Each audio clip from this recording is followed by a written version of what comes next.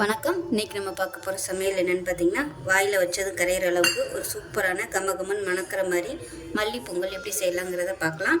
தேங்காய் சட்னியோடு வச்சு சாப்பிட்றதுக்கு அட்டகாசமாக இருக்கும், நல்லா ஹெல்த்தியாகவும் இருக்கும். வாங்க எப்படி செய்யலாங்கிறத பார்க்கலாம். இப்போ ஒரு குக்கர் எடுத்துக்கலாம். ஏதாவது ஒரு கப் எடுத்துக்கோங்க. நான் இந்த கப்பில் ஒரு அரை கப் அளவுக்கு பச்சரிசி எடுத்துருக்கேன். சாப்பாட்டு பச்சரிசின்னு கேட்டு வாங்கிக்கோங்க, அப்போ தான் உங்களுக்கு நல்லாயிருக்கும் பொங்கலுக்கு. இப்போ எடுத்த அதே கப்பில் அதே அளவுக்கு பாசிப்பருப்பு சேர்த்துக்கலாம்.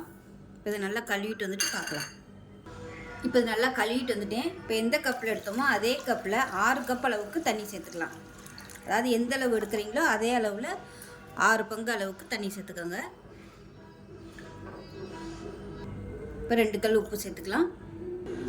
இப்போ இதில் 1 டீஸ்பூன் போல் நெய் சேர்த்துக்கலாம், இல்லை எண்ணெய் சேர்த்துக்கோங்க. இப்போ குக்கரை மூடி வச்சிடலாம். மூடி வச்சுட்டு நல்ல ஒரு 6 விசில்.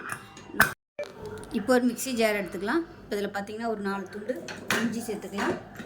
சும்மா ஒரு கைப்பிடி அளவுக்கு கொத்தமல்லி சேர்த்துக்கலாம். ஒரு பச்சை மிளகாய், பெரிய பச்சை மிளகாயை 2 உடச்சி வச்சுருக்கேன், 2. அது நல்லா நைஸாக அரைச்சிட்டு வந்துட்டு பார்க்கலாம். இப்போ எப்படி இருக்குன்னு பார்க்கலாம். இப்போ பாருங்கள், நல்லா சூப்பராக வந்துடுச்சு. இது நல்லா அப்படியே மசிச்சு விட்டுக்கலாம். இப்போ நல்லா மசிச்சாச்சு, தனியாக இருக்கட்டும். இப்போ ஒரு பேன் எடுத்துக்கலாம். இப்போ நல்லா தேவையான அளவுக்கு நெய் சேர்த்துக்கலாம். இப்போ எண்ணெய் கொஞ்சம் சேர்த்துக்கலாம். இப்போ எண்ணெய் நல்லா சூடாயிருச்சு. மிளகு 1 டீஸ்பூன் போல் சேர்த்துக்கலாம், உங்களோட விருப்பம்தான். அது கூடவே 1 டீஸ்பூன் போல் சீரகம் சேர்த்துக்கலாம்.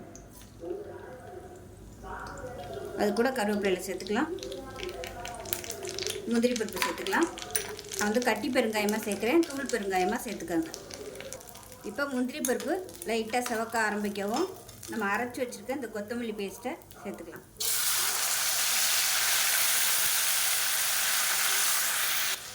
இப்போ லைட்டாக ஒரு கொதி வரவும், ரொம்பலாம் கொதிக்க விடணும்னு அவசியம் இல்லை. ரொம்ப கொதிக்க விட்டோம்னா அந்த ஃப்ளேவர் போயிடும். நம்ம வச்சுருக்கிற அந்த பொங்கலை அதில் சேர்த்துக்கலாம்.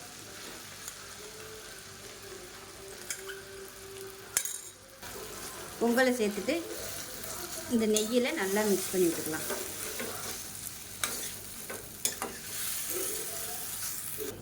இப்போ நல்லா மிக்ஸ் பண்ணி விட்டாச்சு. அவ்வளோதான். பாருங்கள், எவ்வளோ சிம்பிளான மல்லி பொங்கல் ரெடி ஆயிடுச்சு. சூப்பராக இருக்கும்.